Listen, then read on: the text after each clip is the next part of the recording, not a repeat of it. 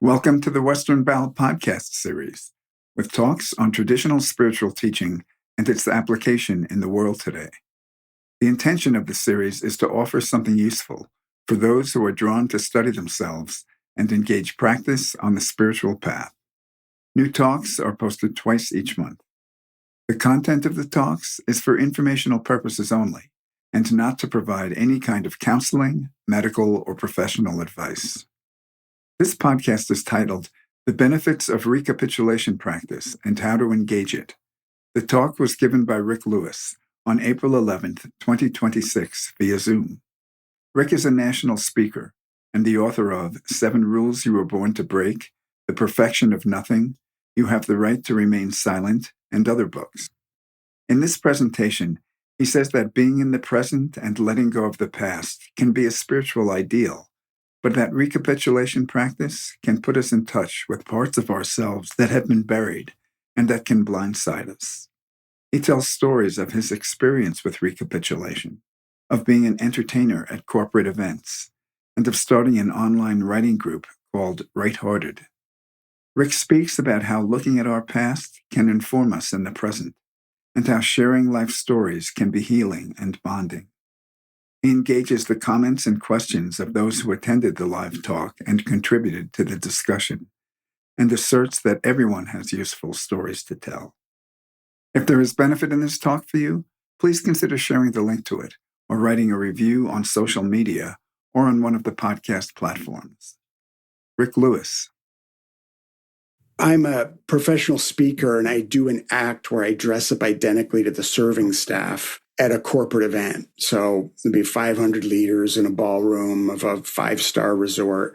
I dress up identically to the serving staff, and I pose as a waiter who gets more and more odd, inept, and eccentric over the course of the meal. So I'm sticking my arm right in people's face, and I'm dropping crap on the floor and crawling under the dining table to pick it up, and then wang my head on the bottom of the table as I'm getting up. And so it's a pretty ridiculous affair. And the idea is to get people into a situation that are like, what is going on here? Why has he been hired? How did he get his job in the first place? And so the whole idea, the purpose of the ruse, because I turn out to be the keynote speaker. I'll go to the stage eventually and reveal I'm actually the keynote speaker. And then people are like, oh, crap. And what they do in that moment is they replay the last hour that I was doing this bit at their table. And I watch it happen. When I stand up there and I reveal, hey, I'm actually your keynote speaker, people kind of have this moment of panic. Everyone freezes and then they rewind, because what they want to know is, oh, did I make a fool out of myself? What did I do in response to this terrible waiter who actually isn't a terrible waiter? All this guy's our keynote speaker. And so it's a really interesting moment, because what's basically happened is people in that situation have decided it's okay for me to check out here. I don't have to really pay attention to what's going on or what I'm doing. And so they weren't on their best behavior. And suddenly now they realize a spotlight has been on their conduct over the course of this whole hour when I was being the bad waiter. So it's a really interesting situation to be in. So I did this one day, and I've done many of these. I've done hundreds of these events. And I was in the middle of my waiter routine in a ballroom of 500 people. And this happened to be for a room full of food service managers. So the event was for a food service nonprofit, an association of food service executives, people who make a living in the food service business. So restaurant managers, food suppliers, people who train convention services. So I was doing my waiter routine for this group, and I was going table to table. And because many of these people are literally food delivery service managers, my behavior was under 10 times the amount of scrutiny that it ordinarily is, because this is what they do, is they pay attention to how servers are behaving and whether they're doing it right or not. So I couldn't make the slightest misstep, and every head at the table they're all looking at me going, you don't put the fork on the right, or how dare you reach across that person? They weren't saying it out loud, but I was getting more dirty looks than there were napkins in this hotel. Like everyone was pissed off with my service. And so, that was really fun. That's my job. So I'm like, okay, this is going beautifully. This is going just perfectly. Because once I get up on stage and I reveal who I am, it's going to be really funny and useful. So I'm going table to table, 400 people in the ballroom, and I get to the very last table in the back. And there's a man sitting there with a yellow tie, and I'm working my way around the table. It's like 10 people at a table. I'm working my way around, and I get to this guy, and at this point, I'm overfilling water glasses. So one of my first bits is to hold a water glass 3 feet above the glass and just trickle the water into the glass. And I do it really, really slowly. So it's slightly splattering around the table. People are feeling this very subtle little mist. And I fill it so full until it forms a meniscus on the surface of the glass. So it's literally, you can't move it without it spilling. And then I just look at the person and go, is that enough water for you? And they just look at me like, are you serious? And they look at each other like, what do we make of this guy? And so it puts people in this situation where they're really wondering what's going on. And as I said, everyone was pissed off at me. So I get to this last guy and I fill up his water glass and he takes a breath and he turns and he looks up at me. So I wear a fake name badge. I meet with a catering director before every event and I coordinate by getting the same uniform and borrowing a name badge that's got the company logo on it. So I've got the name badge on it. It said Malcolm on that day. And this guy looks up and he looks at my name badge, notes it. He was from Texas. He was the executive chef of a Hyatt or something in Texas. And he looks up and he gets my name badge and he says, Malcolm, thank you for taking such good care of us. I really appreciate your fine service. I hope you have a great day. Like that. I mean, the nicest, most empowering guy. And he's watching everyone else be upset with me. And he turns and he's just like delivering this wave of kindness. So I walk away from the table and I'm like, that was weird. Because my job is to get into people's skin, and that almost never happens that somebody has that kind of response. So I walk away, and of course, my response to that is kind of like, okay, game on. Next time I'm going to get you. I'm going to like do something that irritates this guy. So I go back to the next time, and I have this one bit where I carry a tray of silverware, and I get next to the table, and I pretend as though I've, lost the balance of the tray. And all the silverware goes sliding off the tray, clatters onto the floor. So now I'm down on my hands and knees, picking up this silverware and putting it back on the tray. And everyone is like, what is going on with this guy? And I get people going to the manager to say, you got to get this guy off the floor. And I train the managers on what to say. It's like, I'm sorry, he's new. It's his first day. But this guy, he gets out of his chair and he comes over and he pats me on the shoulder. He's just patting me on the back. He's saying, hey, relax. You're doing a great job, man. Don't worry about it. Everybody gets a little nervous and has a tough day. You just hang in there. Thanks for doing your job. Like that, just empowering me and wanting me to feel good. And so I kept going back to that table. I'm still working in the room of 400 people. And I go back to that table over and over and over with more and more egregious forms of service. I'm like, okay, we're going to get this guy to go over the edge. No matter what I did, he was 100% committed to making sure I was fully good with myself as a person. He wanted me to feel 100% okay with the person I was and the job I was doing. He was absolutely committed to that, no matter what. And it was extraordinary. Like by the last time I was there, I wanted to like sit in this guy's lap and tell him who the real me was so he could affirm me as the real person, you're just the most amazing man. I'm like, damn, this guy is incredible. But anyway, so I didn't break character. I go up on stage finally and reveal that I'm the keynote speaker. He's sitting way in the back. And when I do this, when I say, hey, everyone, guess what? I'm your keynote speaker.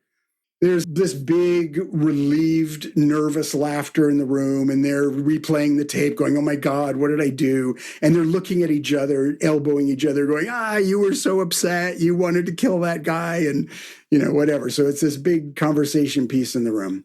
But I'm looking back because the only person in that entire room that I cared about at all was the guy in the yellow tie, because he was just such an extraordinary committed example of presence and a conscious choice of how he wanted to be in relationship under that circumstance.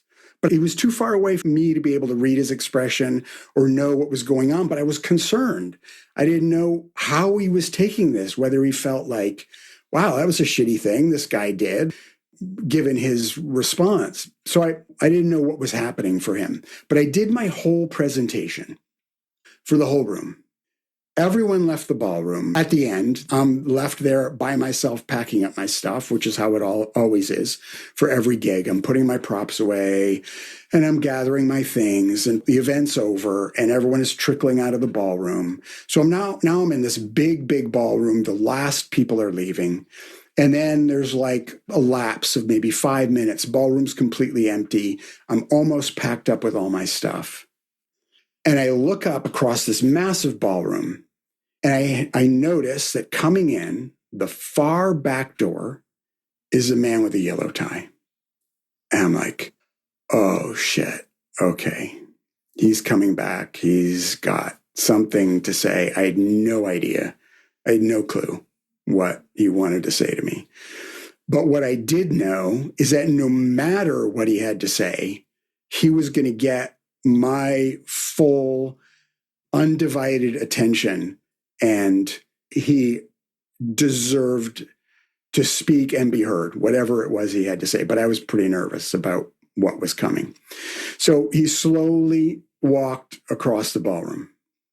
He had a very sober expression on his face. I still could not read what was going on with this guy. He gets closer and closer, and he walks up to the edge of the stage where I was. I come down off the stage. He still hasn't said anything to me yet. And he pulls out a chair and he sits down in one of the conference chairs. He pulls it out and flips it so it's like facing me. And I'm standing there in front of him and he sits in the chair. Okay, he's like, I want to talk. So I pull out a chair and I turn it facing him, and we're almost knee to knee.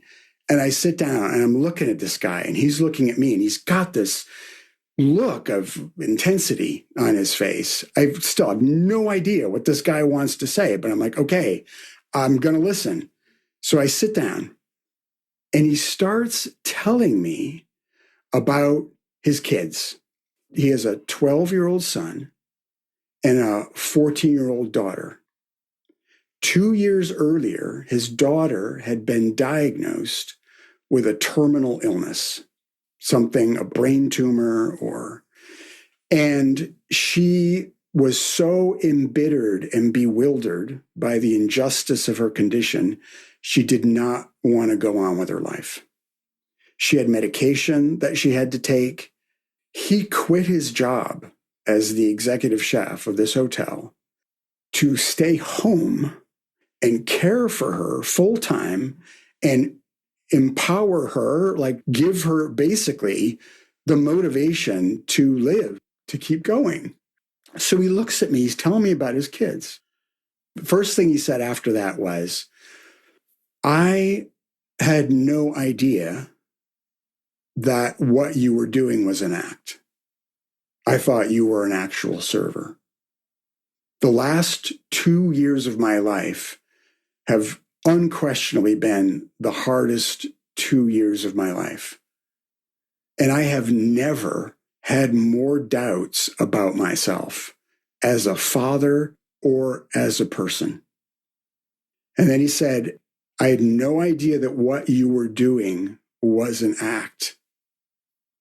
But because of what you did, I got to see that who I am is a good person. And the tears started pouring down his cheeks onto his yellow tie. This man in this suit at this event. And I watched this human being who could have had any response, could have easily been pissed off, or you asshole, you tricked me, or could have had any number of responses. By his behavior and his conduct, he mirrored back to himself by empowering me his own merit and value and worth as a human being, because he extended that to me, and that was his commitment.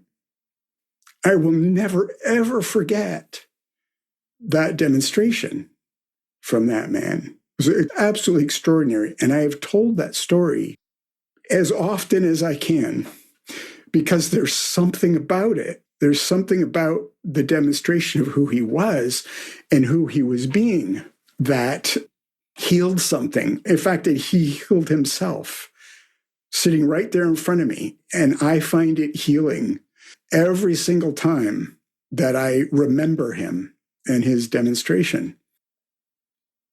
So one time I told the story to a friend, and the friend I was telling the story to happened to be my spiritual master.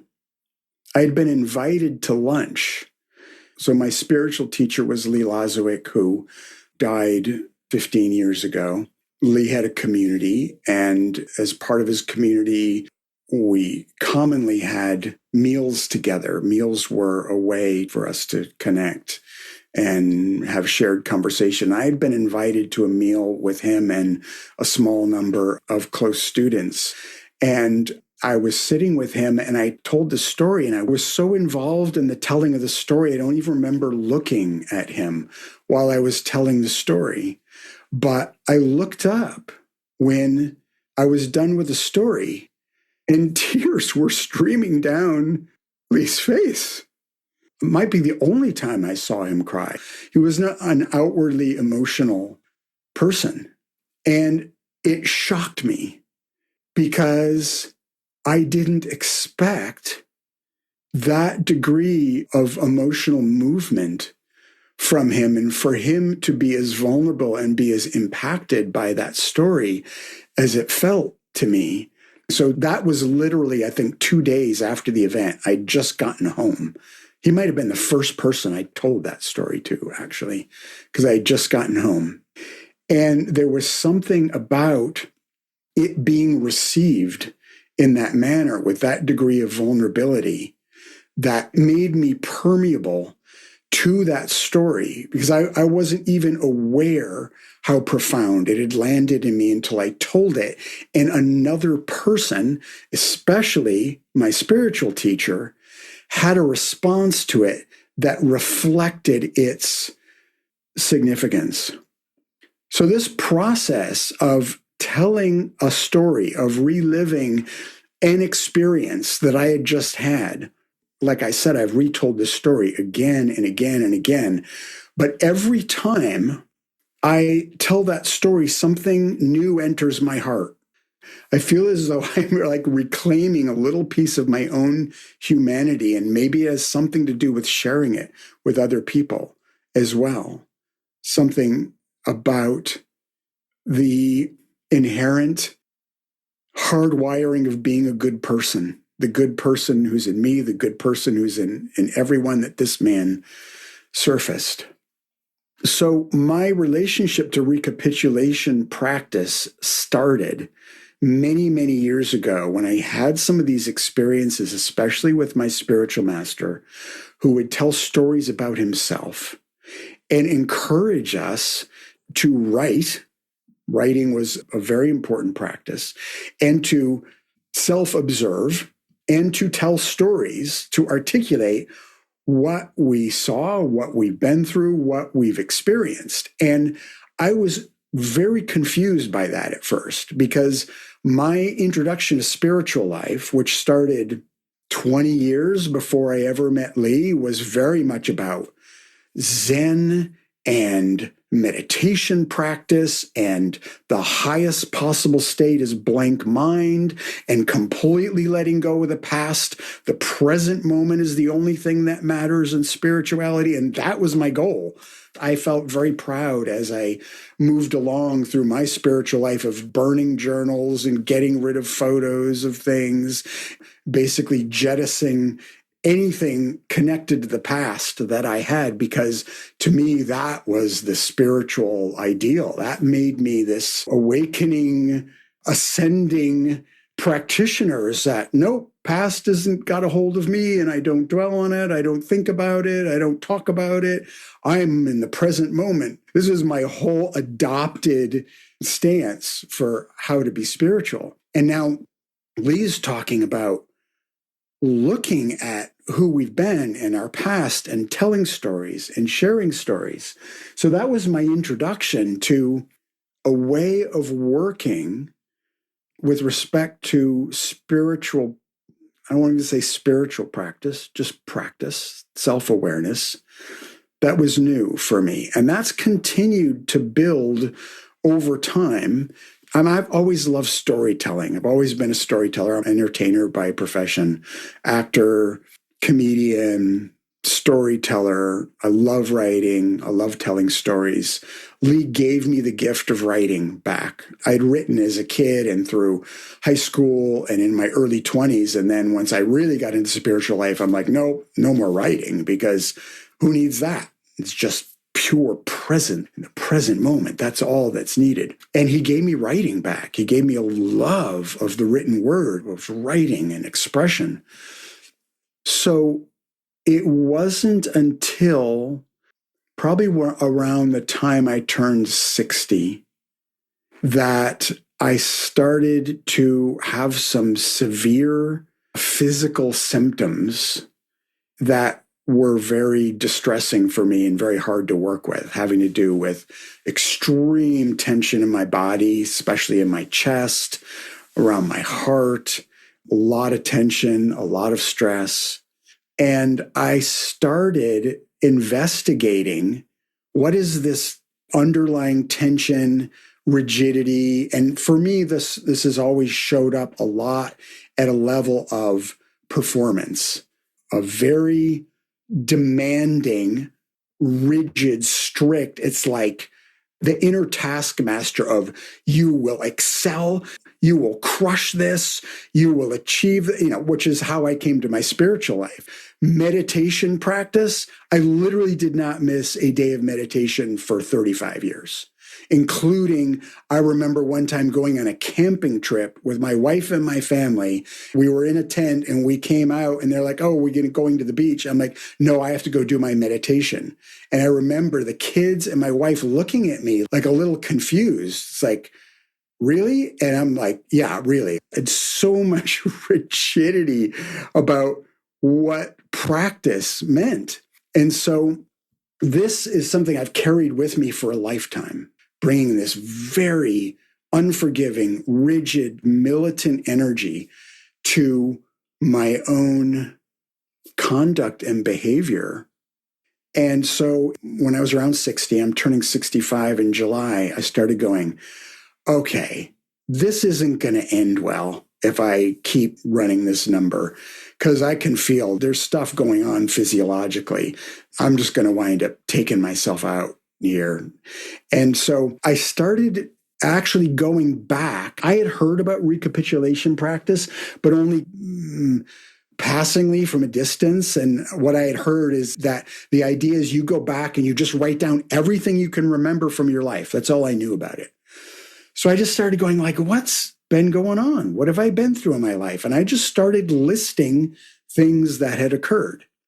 And at that point, if you had brought up the subject of bullying, have you ever been the recipient of bullying in your life? I'd have went, no, not me. I was never bullied.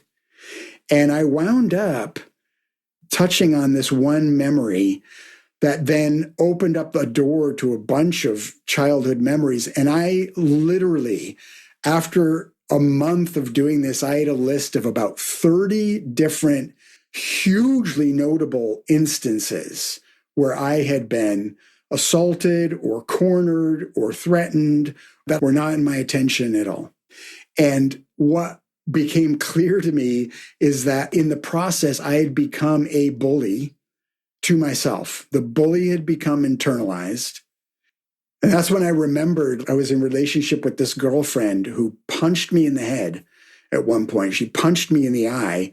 And after that, for about 5 years, every time I would get really tired, my eye would go bright red because she broke a blood vessel in my eye and would go bright red. So I had these relationships that were not good, where I wasn't being treated well. And so I just started tracing back a bunch of stuff that had happened in my life and going, oh, okay, I've tried to bury some serious stuff. And I tried really, really hard to use these spiritual acts and these spiritual persona to pave over a whole bunch of this stuff. So that was kind of my relationship to recapitulation practice. And I wound up 2 years ago, I built a tool.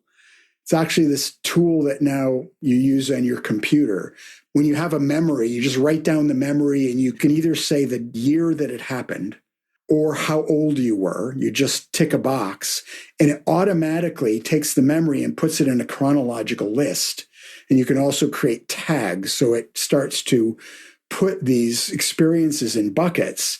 And it's turned out to be this fascinating, incredible tool. I have 340 stories in there right now, and the list is still growing of things I haven't thought of in many, many years. So a year and a half ago, I had an opportunity to start a writing group. It's not something I ever thought I would do. I lost all my work during COVID as a professional speaker and entertainer. And so I was out of work for 2.5 years. We burned through all of our life savings. And I was really struggling to figure out how we were going to make ends meet again. And I was part of a writing group. The writing group had been going for 8 years, and they had thousands of alumni. And out of the blue, the founder decided just to fold the writing community. And I had bonded with a lot of really cool people there. People who had become friends who were writers. And everyone was like, what are we going to do? Where are we going to get our community from? And we're all waiting for something else, someone to say, hey, someone else is going to start up over here. Someone else is going to do this over there. But nobody did.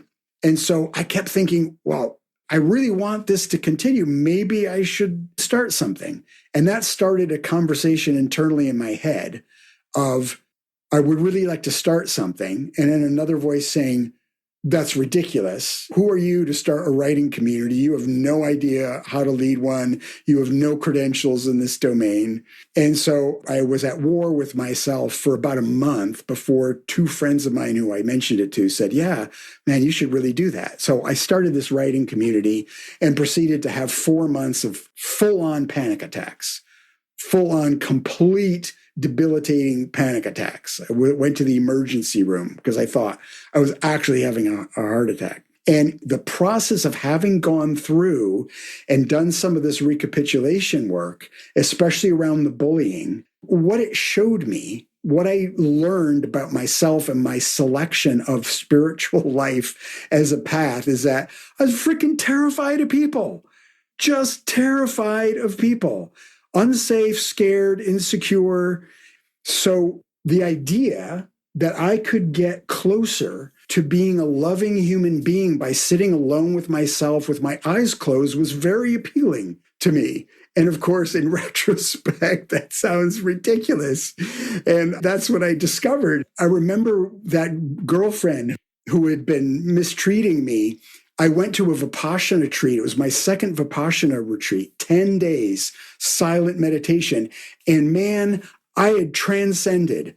I had flowered as a spiritual being. And I came home to my girlfriend. Literally, I could feel the light radiating out of my pores. I'm like, people are going to get within 10 feet of me and are going to melt because, I am now transparent to the divine, exuding it out of every pore.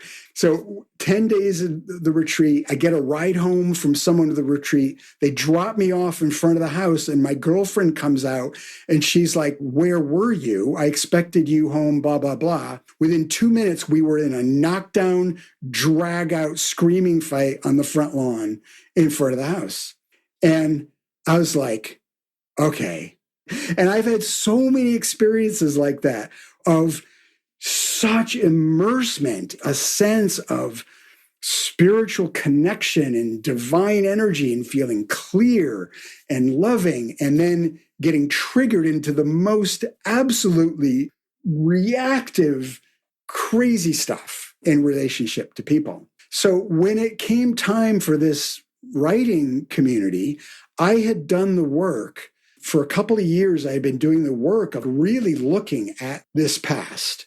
What they were teaching was how to develop a writing practice.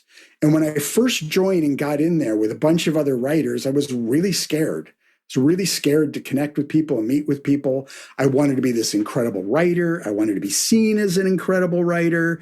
And I didn't want to share anything that wasn't amazing. And people are connecting and talking on Zoom, and I'm like hiding out and holding back and withholding and saying nothing because I don't want to tell people anything about what's actually going on. I'm just going to show them a piece of perfected writing, and everyone's going to go, "Oh my God, this man is amazing. Look what he has written."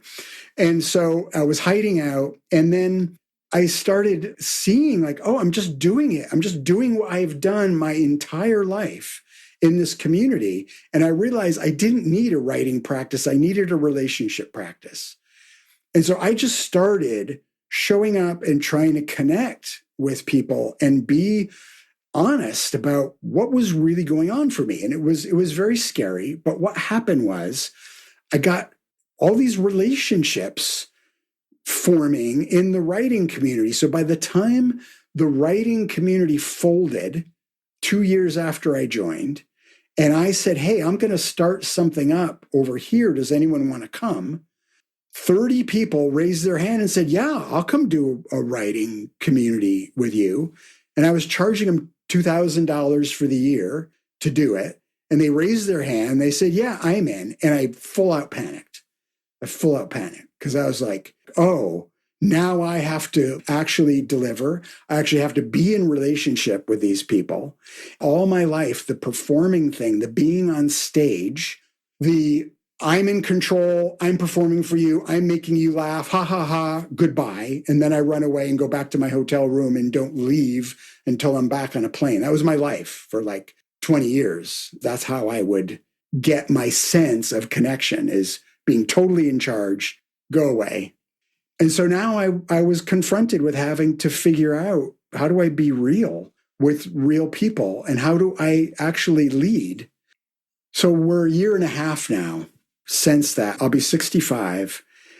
After 60 years of living, I had a good act. I had a really good act, not just professionally on stage that I get paid a lot of money for, but I had a pretty slick, sealed off container for my way of being in the world that worked until I started, really seeing and feeling this really isn't working for my body. And so I put that down to this process, the movement through that. And I'm kind of feeling like I'm just starting almost from the beginning right now. My relationship with my family, my relationship with my kids, the quality of my friendships, my sense of connection to other people has never been what it is right now. The quality of it, the level of actual connection I'm feeling with other people is totally different than what I've had in my life. And this is a big turnaround for me because I carried this idea of what spirituality is for a long time. Present moment, nothing about the past. And this idea that actually being willing to look at and come in relationship with what has actually been There's a great quote. I'm just remembering it now. I wish I had gone to try and look it up. It was by some famous writer. Maybe it was William Faulkner. He said something like, the past isn't separate from the future. As a matter of fact, there is no such thing as the past. And this is what apparently Einstein proved, is that the reality we're in is of an apparent present, separate from an apparent past and future. But all of this is holographic. So by looking at the past in any way, shape, or form, we are literally looking, it's just a doorway into reality in the present moment. We're looking at a form of reality when we look at actually what happened in the past. My definition for ego is currently that ego is literally nothing but the space that's created by the distance between who we want to be and who we want to be seen as and who we really are. So any demand we have, any idea we have, any demand we have that I should be, need to be, ought to be, might be, possibly, hopefully one day will be different from precisely what this is as it is, and the way how it's always been, like literally exactly how it shows up, how it manifests, every shred of it, every neurotic trait, every piece of reactivity, every shitty thing I've ever done, every wonderful thing that's happened, every highest spiritual experience I've had. Take the whole thing, everything you could possibly see and name. The moment there's a desire to depart from exactly what that is, that's all ego is. Ego is nothing but that construct that wants to create a distance. And so Lee, my teacher Lee, had this phrase, just this, which is the kind of phrase that it's like a koan in a way, because you can work with it forever and it continues to reveal new layers of meaning. Just this now includes all of this past for me, all of what's occurred. And there's great joy for me in being able to be honest with myself and with others about whatever's going on here and whatever has gone on here. And that's pretty much what we're doing in the writing community. I've been encouraging people to tell their story. And it's fascinating to me now that I've become a writing coach, how incredibly insistent people can be on not talking about themselves. For many people, it's the last thing they want to do is talk about themselves. And I hear this all the time. Well, I don't want my writing to be about me. I want it to be about truth, or I want it to be about something valuable or something useful. And I'm like, what could be more valuable and useful than being honest about who you are as a human being and giving other people permission to do the same thing, because you're modeling and you're an example of what it really looks like to be human. So we're kind of doing a process. We do a couple of meetings a week, and one of them is called a story gym. And so what I do is I give a prompt. Here, I'll give you an example of a prompt. Record a story about your most regrettable experience of choosing not to help someone in need. I have 450 of these prompts. And I've just like over time, as I've like gone back to relive and look at what's happened, I just record these prompts and then we work with them. And we sit in a room and we start talking and telling these stories. So we are doing group recapitulation practice, which I've never heard of before. But the process of doing that has been unbelievably healing. Like the level of bond in this group from sharing our actual life experiences with one another. And I truly feel it's one thing to do this for yourself and with yourself, but My experience has been there is a way that when your experience is acknowledged by another person, you get to keep it. Like with Lee seeing when I told that story about the man in the yellow tie, there's something about others witnessing and receiving what you've experienced for yourself that allows it to be integrated somehow or claimed. A group process of sharing one's life experience seems to have the effect of, if the experience is negative and toxic, the experience is defused of its personal injury and held by the matrix of the community. And if this story is particularly positive, everything about it that's worthwhile and that is healing and therapeutic and uplifting of the human spirit is magnified in the process of just sharing within a group. That's my experience of it. Okay, cool. That's a really good time for me to stop. But I would love to hear how any of this lands and what your own experiences are in relationship to anything I've shared, questions you have, disagreements with anything I've said, or stories of your own. Please, I would love to hear. I'll tell my story about storytelling. A year and a half ago, I met with Rick, and I told him that I have a background in writing, but I haven't really written anything for a long time. And Rick, you mentioned that you were starting this group called Right Hearted that's rooted in personal storytelling and growth around that. And I said, well, thanks for sharing. I don't have any stories to tell. And that was the end of that, I thought. He said, you do have stories to tell. And I said, no, send me some writing samples and maybe you might want to join. So I did some stuff that I'd written in the past that has never been published, some that was published, some articles, whatever. And he said, yeah, that's good stuff. Join if you want to. So he sent me the link to join for the year. And something told me to do this. And I just paid and said, off we go. And I've learned since then that I was wrong and he was right. Through this tool that he was referring to called All My Stories, and through the support of the group, and by just looking back at what I thought was a life without stories, these stories are coming out of every pore in my body, and I'm enjoying writing them. It's a lot of fun, but what's interesting is that my life has made a major shift in the last year and a half. And I think that the impetus to get that shift began with storytelling in community with support.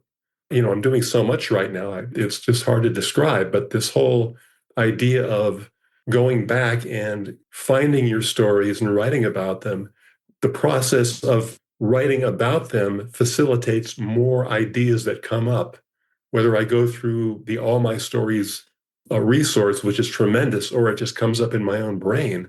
It's been a life-changing experience. So there's some magic in storytelling, and there's some magic in going back and looking back at your life through the storytelling process. What I find is that when I remember an event and I go and I take the 7 or 8 hours it takes me to really recall what transpired, I live it for the first time. Mm. So the experience I've had over and over is that life is moving too quick, and there are too many survival operations in motion at any given time for me to digest a current moment and appreciate it fully for what it was. Mm-hmm. And when I go back and I go, oh, what was happening there? Mm-hmm. Who was there? What actually transpired? Mm-hmm. What was I tasting and smelling? And what was I hearing? And who said what? Often what happens at the end of a story, I'm like, oh my God. They say, you know, life is a present, but it's not a present if you don't open it. And most of the time I am not opening the present moment because I am too busy surviving it. And to go back and look at these notable memories and unfurl them, I'm like, holy crap, There's huge gifts here. This was treasure. It's a present that I was given. I've never unwrapped it. So this is where I'm finding this breakdown of this old idea of what's actually valuable and what's present and what's future, and how I can work with my attention in a way that's actually useful for enriching my inner life. And I'm discovering that the enrichment of my inner life is coming as much from reviewing these notable past moments, especially moments with like a teacher, that these things take on new life when we give them our attention again. I know that by going back and writing the stories, I'm not only reviewing what happened, I'm literally rewriting my past. And by that, I mean, for example, stories that are rooted in anger or bitterness or abuse. By reviewing the story, I get to see other people and myself in a different light. For example, I've written several stories about my dad, and I thought it was just strictly abuse. But by reflecting on that from a variety of angles and getting good feedback, I just organically write more from a more balanced, more loving perspective. And I see him now, who's been buried 13 years, now in a more holistic fashion. So by going back and writing it, I'm rewriting that past. And I really think I'm rewiring my brain to facilitate more storytelling from that balanced perspective. If that ain't therapy, I don't know what is. I just wanted to share that I spent 5 years working on my memoir, and in a driven sense of just having to look back and having to write this. At the time, I thought it was because I wanted to publish it in some way, but the push, the absolute drive that kept me going on this for 5 years, and it was such a painful process, evaporated once I finished. And I realized that what I needed was to do that recapitulation. And what I find interesting is that when you look at the big book for Alcoholics Anonymous, the aspect of recapitulation, I can't remember which step, 3 or 4, where we go back and you assess what you've done, where you might owe people and so forth. I look at Elizabeth Kubler-Ross and the work that she did. I look at Stephen Levine and his contemplations on dying. All of them have the same process of recapitulation, of going back, perhaps from different perspectives, but I believe they accomplished the same thing. Right. And after that memoir process of writing, well, a couple things happened. Like, one was stories that I had told myself and would swear on a stack of every holy book there is was true. I found in searching through all of my notes, journals I had kept when I was 18 and 19, and discovered in the process of writing that this dramatic, wonderful story of survival was just shot to hell. But what I wrote about was how that felt for me to discover it and what I got in the telling of each story. Yeah. What was truth for me at one time, and then the discovery and the questioning, why did I need to remember it the way it was? So I find myself more able to stand in the truth of who I am in a way that I never could have done before. What was painful for you about the process? You said it was very painful. What was the painful part?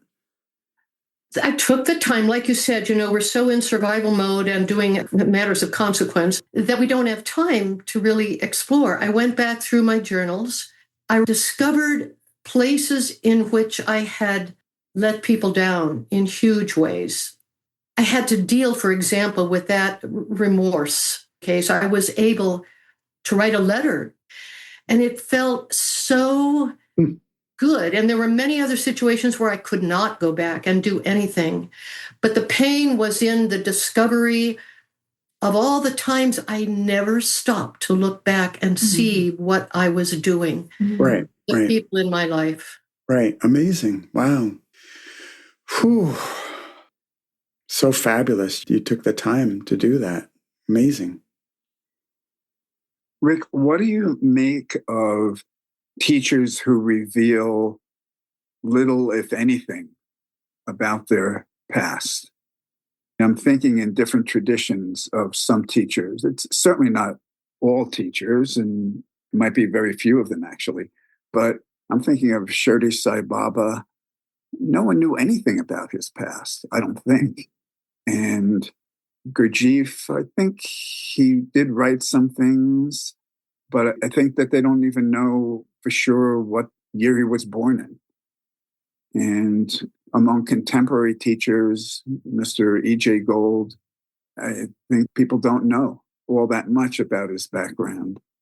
And even the teacher that you mentioned, Lee, he's written these journals. And in his last one, written just in the month before he dies, he muses that he's really gone back and forth about whether or not to write some things about his past, because how is it going to help you to know about me? And it feels like with biographies, a lot of times there's some fascination with the details of a person's life. Mm-hmm. And my sense of this with Lee Lozowick was what was important was whatever work was in the present and not what's happened in the past. But he went and he wrote this journal anyway because he said he felt there was something to learn from the things that he described, not because of the specific details of things which people might be fascinated about. Anything you would say about that? It seems to me what happens is someone who has done a lot of work on self, which involves an expansion and a surrender of one's boundaries and buffers to the extent that they're willing to let in the truth about past, present, future, they develop a degree of authority that you can feel when you're in the room with those people because they've done the work. And I think whether or not they specifically state and say, hey, this is what happened to me or not, what's important is the having done the work, having done the process of becoming undefended to the truth of oneself and anything about past, present, or future. And once that occurs, then the benefit of being around those people, that level of being authority is felt, it's palpable.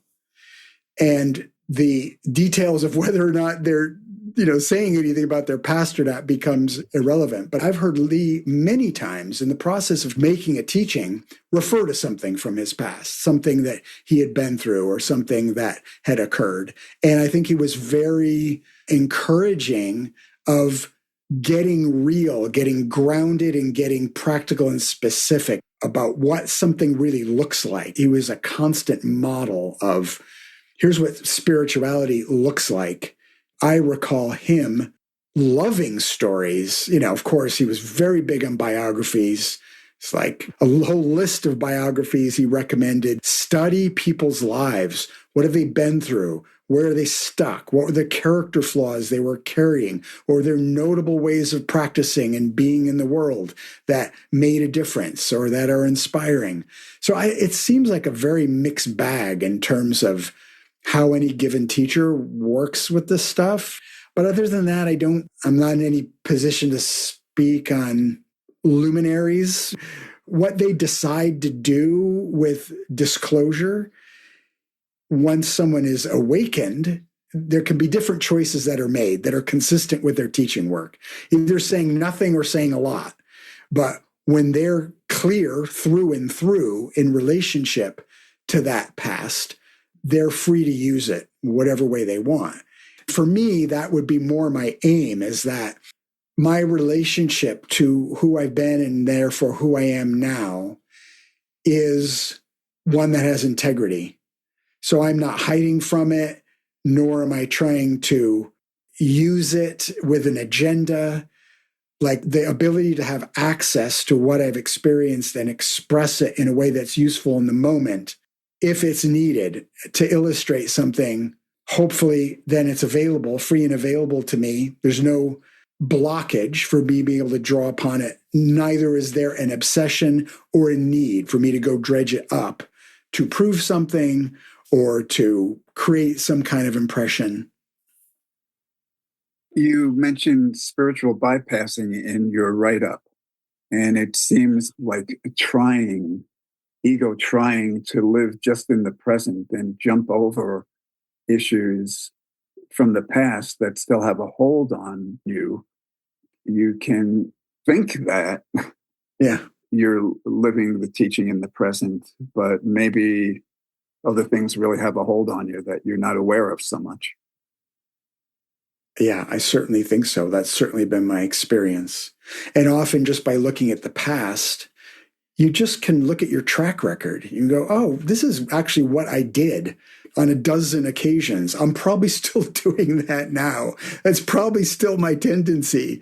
So just getting clear on how the machine works, what your reactions are, where you fall short of being relational or present. You can get a lot of clues from the past. You don't necessarily even have to talk about. It's just there's a lot of good information there. And actually grounding it in writing rather than just thinking about it and then it fades. Yeah, it makes it real when you put it down with a pen. I've done this with this app that I created. I've had memories where I went, I'm not going to write that down. And it's taken me months, and then I have to go back later and eventually, like, okay, I'm willing to actually spell this out in black and white. But that's an interesting experience to see. I don't even want to write this down. I don't want to see it for real. I know it's there, but I don't want to see it. Sometimes the recapitulation is about a lot of remorse, but I'm finding that the recapitulation is actually incredibly blissful and so amazing how God has led my life. Yeah. I see things from early childhood that were already the seeds now flowered in my 80 years. I mean, it's not just like, oh, I have to go back in my past and, clear up. Yeah. It's amazing. So, yeah. Oh, thank you for saying that. That's so important because that is so true as well. I've found the same thing. The beautiful, tender, sublime moments and gifts are there to remember and reclaim. Appreciate you saying that. So it seems to me that any attention that I put upon my life only reinforces the already strong tendency to relate to this body mind as being who I am. And as I approach the end of this body mind's existence, it becomes for me even more critical to put my attention on who I really am, which is only incidentally to do with this body mind apparatus, but which is here, which is present, has been in the present all the time. That's where my main interest is. And I find myself resistant. I mean, I have lots of memories, but to write them seems to me to be only a reinforcement of an already rampant illusion. I mean, I'm not discounting the body mind as being part of the whole. Yeah, I could see that perspective. I have actually shared that perspective. And I think in all cases, making distinctions is always in order. So for sure, it's possible to use the collection of personal experiences and the review of them as a means of bolstering or solidifying a sense of self that isn't helpful on the path. And it's funny because the image that came to me recently was, how you watch boxers when people are in a boxing match, when they're like an arm's length away, that's the most dangerous spot because a right hook that's thrown from that distance that connects with the head at full arm's length is going to knock you out. And if somebody feels like the opponent has got the upper hand, getting in close is the safe spot. The closer you can get, the less damage can be done. And that's actually been my experience of my personal details.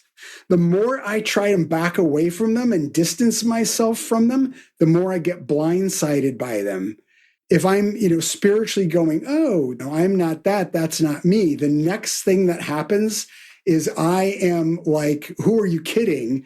I'm behaving fully invested in that particular part that I've tried to distance myself from, or defending some part that I've told myself, well, this isn't really important to me. And it's like, it's the getting in there with it and getting close to it and keeping my eye on it and keeping my hand on it and going, yep, this is real. This is a real thing. This actually happened. This is actually what goes on for me. Where this egoic protection comes from for me is when I am attempting to distance myself from and get rid of or transcend or eliminate or go, no, not this. This is not a comment on your own practice and your own way of being with it, which I completely honor. And these things are very complex, and how we work with them internally and how we must work with them and hold them in order to proceed is very unique. That's how it's been landing for me. And that's kind of what I was trying to get to in what I was presenting. But I hear you. And I think that can be true. I think you can be indulgent of your details and of your past in a way that is just a distraction from the work of integrating all of this within the whole. So you can be present with all of what is present. This phrase occurs to me that I've heard: what you resist persists. That if you try to deny that there's a reality that is going on, it's hard to get to a deeper reality. Yeah. Saying what I said had nothing to do with pushing away this personality thing or denying it. So just to clarify that. Awesome. Well, thank you very much. I really appreciate your kind, loving attention.